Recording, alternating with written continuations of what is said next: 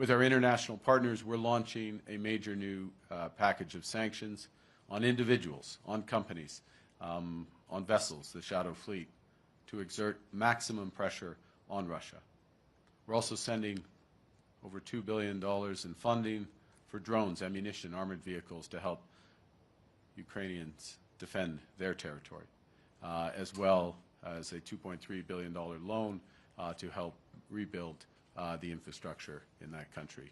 And take a moment to reiterate our condolences given the barbarism witnessed overnight in Kyiv caused by Russia.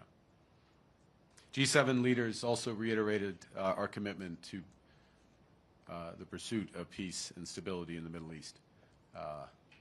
Made clear that Iran is the principal source of regional instability and terror. And we've been consistently clear that Iran can never have a nuclear weapon. We urge that the resolution of the Iranian crisis leads to a broader de-escalation of hostilities, including a ceasefire in Gaza. Tout au long de ce sommet, nous avons également rassemblé des pays autour des défis et des opportunités les plus urgents de notre époque. Ce sont des domaines qui exigent une coopération internationale et dans lesquels le Canada est bien placé pour jouer un rôle de chef de file. I'm pleased to share that G7 nations in the past 2 days agreed to move forward in cooperation on several key priorities. We're going to work with our partners in the G7 and beyond, a number of the countries who are here today, to develop critical metals and minerals in order to build independence from non-market economies. And to that end, we will create a critical minerals production alliance, a G7-led strategic initiative to stockpile and develop critical minerals needed for defense and technology, including a range from germanium, gallium, graphite, rare earths. We also struck several agreements, accords from the aforementioned critical mineral supply chains to adapting, powering, and sharing artificial intelligence, to collaborating on quantum technologies, to preventing, fighting, and recovering from wildfires, something we feel intensely, obviously, here in the prairies, tackling foreign interference and transnational repression, countering migrant smuggling by dismantling transnational organized crime. Next week, we will shift from addressing threats to economic security to addressing threats and addressing issues with respect to global defense and security at the NATO summit and at the Canada-EU summit. We recognize that our leadership will be defined not just by the strength of our values, but the value of our strength. And with that, why don't I take the opportunity to, again, thank you all and open it up for questions. Merci beaucoup. Je suis prêt à vos questions. Nous allons maintenant procéder à la conférence de presse. We'll now proceed to press conference. Format will be as follows. One question, one follow-up. Format sera... Excuse-moi, juste une question. Le format sera une question par journaliste. First question, première question. Bonjour, M. Carney. Fanny Olivier de Radio-Canada. Quel était le problème avec la position américaine qui a empêché la signature d'une déclaration commune sur l'Ukraine? Aucun problème. Il n'y avait aucun problème. Il y avait une déclaration qui est au sein de ma sommaire du président du G7. Mais il y a ça existe. Il y avait pour le moment hier soir parce que il y avait des événements tragiques intenses au Moyen-Orient et à ce moment-là, c'était dans un sens plus important d'avoir une déclaration du G7 en ce qui concerne la situation iranienne. Mais il y a, ça existe maintenant, il y a des phrases dans ma déclaration qui indiquent, j'en ai la version, je crois, en français. Je peux le chercher, je peux le lire. Mais ce n'est pas signé par les États-Unis, M. Carney? Oh non, les dirigeants du G7 ont exprimé le soutien aux efforts du président Trump en faveur de tout cela. Ça, c'est une déclaration du G7. Nous sommes tout d'accord avec cette déclaration. C'est correct. Bonjour, M. Carney. Mélanie Marquis de la presse. Oui. Qu'est-ce que le départ du président Trump a changé au sommet? Et par extension, qu'est-ce que ça dit sur le G7, le fait que M. Trump préfère aller gérer la crise au Moyen-Orient dans la Situation Room plutôt qu'avec ses partenaires? C'est difficile de gérer une crise militaire. C'est exceptionnel ici à Kananaskis, en Alberta, mais dans cette situation grave, une situation militaire, une situation très fluide, très volatile, c'était l'opinion de M. Trump que ça vaut mieux d'être à Washington. Et je comprends absolument sa décision. Et, c'est correct. C'est une situation exceptionnelle à ce moment-ci. Hein. OK. Bonjour, Émilie Bergeron, la presse canadienne. Monsieur Carney, je sais que vous venez de dire que vous mentionnez l'Ukraine dans votre déclaration Oui. en tant que présidente du sommet, mais il y a eu des négociations pour avoir une déclaration conjointe entièrement dédiée à la guerre en Ukraine et ça n'a pas eu lieu. Les États-Unis, de ce qu'on a entendu, n'ont pas signé. Alors, qu'est-ce que ça dit sur l'unité au sein du G7? Rien. Pourquoi? Parce que c'est la déclaration dont le résumé de la présidente. Mais je parle pas de ça. J'étais là, madame. J'étais là. Je suis la présidente. C'est moi la présidente. J'étais là avec Monsieur le Président Trump. Nous avons discuté chaque mot dans cette résumé. We just get you on English on the lack of a Mon Dieu. Okay. it's just because Yeah, just to be clear, in English. like the joint statement specifically on Ukraine. The joint statement It's specifically on it's in your Ukraine. presidential statement or your chair statement, but Yeah. it is not signed by the 7 leaders. Why is that the case? What happened with the United States? As I said in French, rien, nothing. Okay? This was discussed by all 7 leaders. Well, it's more than 7 because we have the presidents of the European Commission and the presidents of the European Council last night at dinner. These exact words, and they're in my chair's summary. We had, as I said in French, we had a declaration given the exceptional and fast-moving situation in Iran. We concentrated on that, and it's a specific one. I held this for my chair's summary. I honestly, look, there would be, if you want a nuance or if you want a sense, there would be things that some of us, Canada included, would say above and beyond what was said in the chair's summary. But the recognition of the importance of the initiative of President Trump to achieve a lasting peace, absolutely agreed. That we are resolute in pursuing all options to maximize pressure on Russia, including financial sanctions, agreed. That we recognize that Ukraine alone has committed to an unconditional ceasefire, agreed. And that we all agreed that Russia must do the same. I appreciate the detail in that. I'm going to ask you my question now, if you don't mind. Mike, look. I thought that wasn't your question. I know, but you asked me just for the. This was the equivalent of en anglais for those who follow Canadian press. I would call it en anglais plus, but I appreciate that. In your meeting with Prime Minister Modi, I wanted to ask you, what did you say to him about the murder of Canadian Sikh activist Hardeep Singh Nijjar? We have had a discussion, the Prime Minister and I, about the importance of having the law enforcement to law enforcement dialogue, which is not just dialogue, cooperation directly. The importance of addressing transnational repression, as I noted, including when we met, and obviously there is a judicial process that's underway, and I need to be careful about further commentary. En français, nous avons eu une discussion en ce qui concerne la coopération qui continue de l'enforcement de la loi la lutte contre la répression transnationale. Et il y a un processus de loi qui se déroule maintenant et je dois être gardé avec mes mots sur cela. I just want to be clear, though. Yes or no, did you bring up the murder? I refer to my previous answer.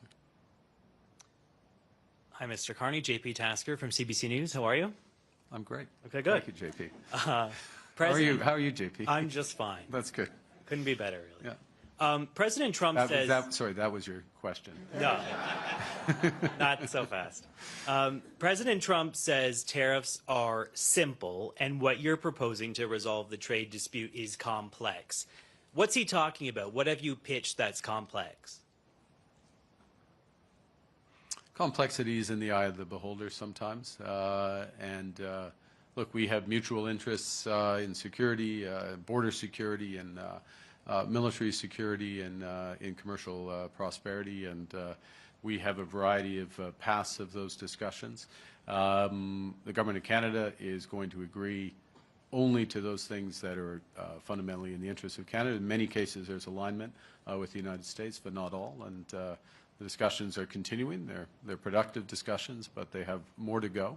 And as I say, they'll take all the time that's necessary, but no more. Thank you. Good evening, Prime Minister Carney. Justin Ling, freelance. I'm wondering if you can comment about whether or not President Trump and the American delegation pushed to water down language around the Ukrainian joint declaration, the joint declaration on Ukraine. And on top of that, I wonder what you make of his comments suggesting that it was personally offensive to Vladimir Putin to kick him out of the G7 after the invasion of Crimea. The answer to the first, and I will speak, as you may appreciate, Justin, at these events, I speak with President Trump and his equivalents, not the delegations. The language that's in my declaration, directly with President Trump, no adjustments from my fellow leaders. So the consensus around that language. With respect to was it personally? It was personally offensive, as to put it mildly, to the citizens of Ukraine and the inhabitants of Crimea when Russia invaded in 2014, which was the cause of their ejection from the G8. Good evening, Prime Minister. Christopher Nardi from the National Post. Canada has sent mixed messages in the past on our willingness to supply energy to allies, particularly LNG, to our allies in Europe and Asia. So what are you telling our G partners now about what Canada can do to secure supply? And is it very different from your predecessor's message? I'll just look forward. As you know, or I believe you would, most Canadians do, we view that Canada has a unique opportunity to become an energy superpower. That's in all forms of energy. Would very much, to go to your specific question, would very much include LNG. We're seeing the opening very shortly. We just had opening of one of the major LNG projects, partially Indigenous owned, as you know. LNG Canada is about to be functioning, the largest LNG investment that we've seen. There is more that's possible, and there have been a number of discussions, including here, about potential LNG partnerships. So we look forward to those.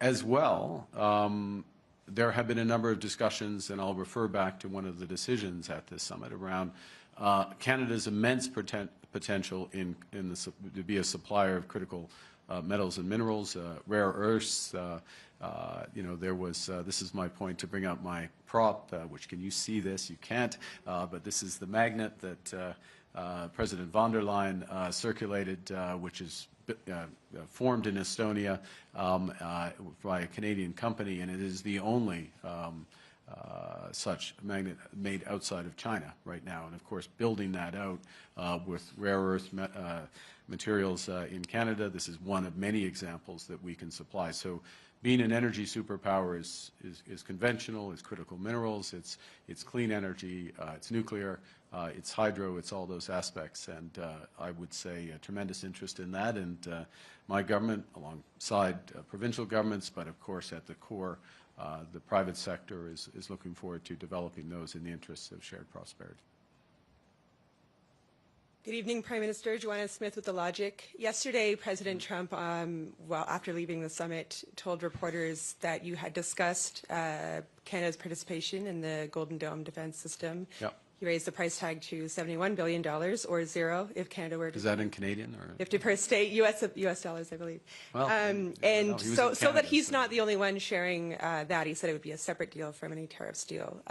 What can you share about that discussion and where your thinking is now on that project? Well, look, a couple of things. One is that, and part of the spirit, unfortunately, of these discussions is that the world is a much more dangerous place, and the threats that face Canada, face other countries, have shifted quite dramatically. We can see exactly, unfortunately, in very tragic respects, what's happening in the Middle East as we speak, in terms of threats from ballistic missiles, the necessary to have ballistic missile defense. Canada, our geography is less and less of a shield, of a natural shield in those respects, Russia is an aggressor. Other hostile states are in prospect, terrorist organizations as well. We need to protect ourselves.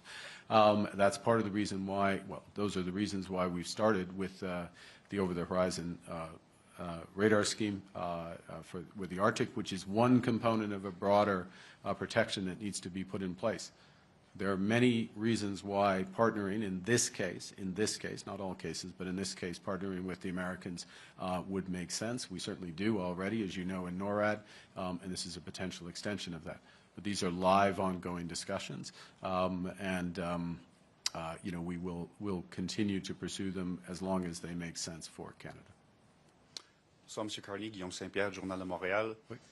Est-ce que M. Trump est revenu encore une fois sur son fantasme là, du 51e État dans vos conversations privées avec lui?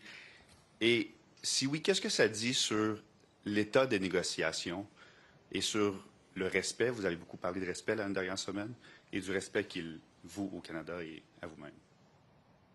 Non, et il y en a beaucoup de respect pour le Canada. Donc il l'a pas mentionné du tout. Non. Vous êtes déçu, évidemment, mais... Okay. Hi, Prime Minister Brian Platt with Bloomberg. I wanted to ask about this 30-day window now that you've set up with President Trump. Can you explain, was this your idea for a 30-day window? Are you trying to put a deadline in place? And is retaliation still, I mean, do you move to retaliation if this 30 days expires without a deal? What's the rationale here, and what happens if you don't get to a deal? Well, look, there are many aspects of the relationship with the United States, and many of your good questions have touched on them, from security, border security, commercial, financial, otherwise. We don't want to, with respect to the specifics around specific tariffs, there's a certain amount of information that's necessary. There's certain decisions that can be taken given that information, given the relative perspectives, and quite often in negotiations, having a form of deadline is helpful to concentrate the mind, and that can be the case here. The teams are working well. There's exchange of information, exchange of ideas, and having that focus will be helpful. What was the second part of your question? Retaliation. You have not retaliated to the doubling of steel and aluminum. No, we have not yet. We retain the flexibility in order to do so, and we are looking, but I will say one thing which is related to that, which is we are looking very actively about the risks from third-party or third-country flows of steel, and mainly steel, but possibly aluminum, into Canada. And the need to provide protections from that. So we're looking at the modalities and ways of doing that, and we're very alive to that. That's the first. We're also, of course, looking to provide liquidity and other support to the firm. So, look, we